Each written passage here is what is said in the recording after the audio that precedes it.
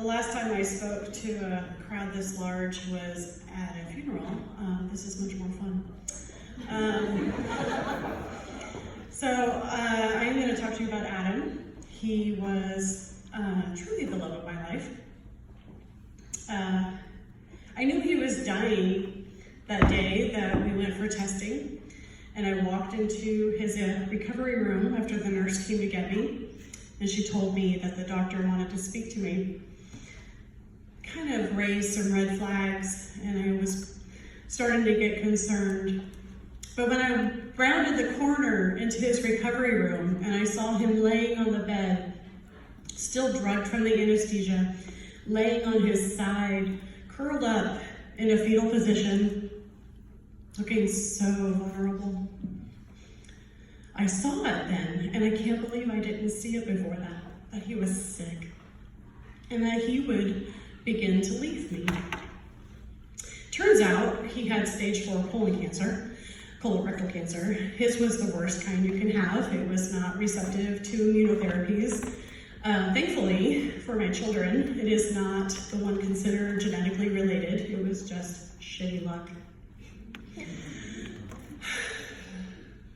So, to begin the journey, they love to call it, through cancer.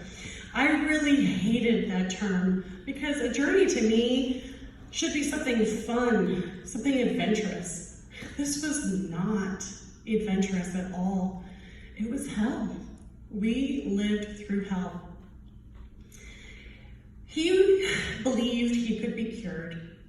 And I, having a medical background, I knew better. I knew from that very first day that he was not going to be with me for much longer. But I had to, for his sake, fake it. Believe in all the false hopes given to us by all of our friends and family and the doctors that had well-meaning, but I could not fall for that false hope that they fed my husband. I had done my research. I saw what his odds are. Statistically, anybody with stage 4 colorectal cancer has a less than 9% chance of being alive in 5 years. Most of them survive 9 months after diagnosis. But I carried through on this lovely road we were on. My husband jumped into the whole chemotherapies with full gusto, and he was the strongest person I had ever met.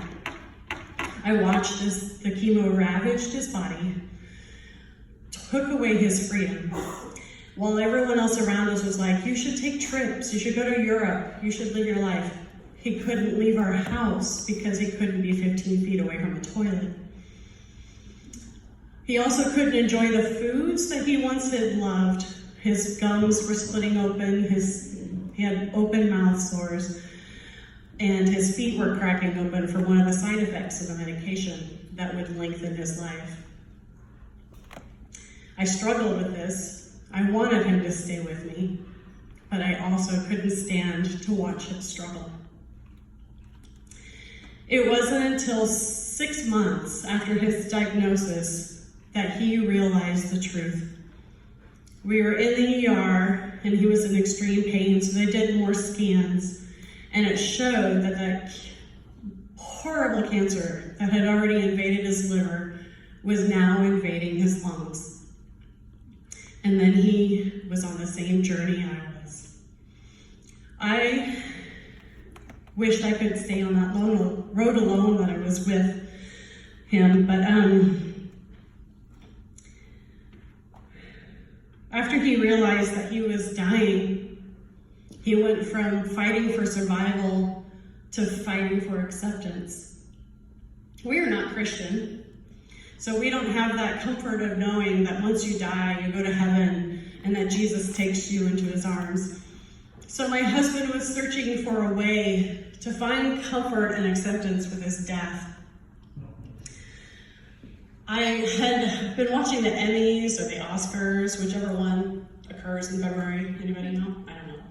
But anyway, I saw that this documentary had been nominated for an Emmy or an Oscar. And it was called Endgame, not the Avengers, just so you know. So it was about death and dying in our country. and how so many people run away from death even though it's already biting at your heels. So I watched this documentary alone and found comfort in it.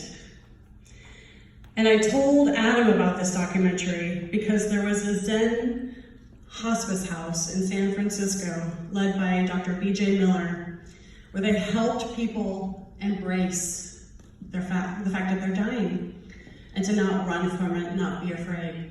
Because aren't we all dying from the minute we're born?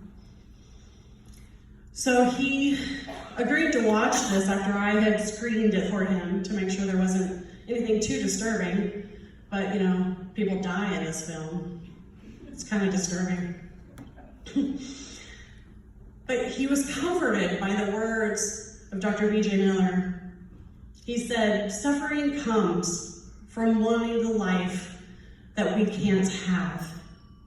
So you have to accept the life that you're given. So my husband found himself a Buddhist spiritual leader and found his way on a different path towards acceptance.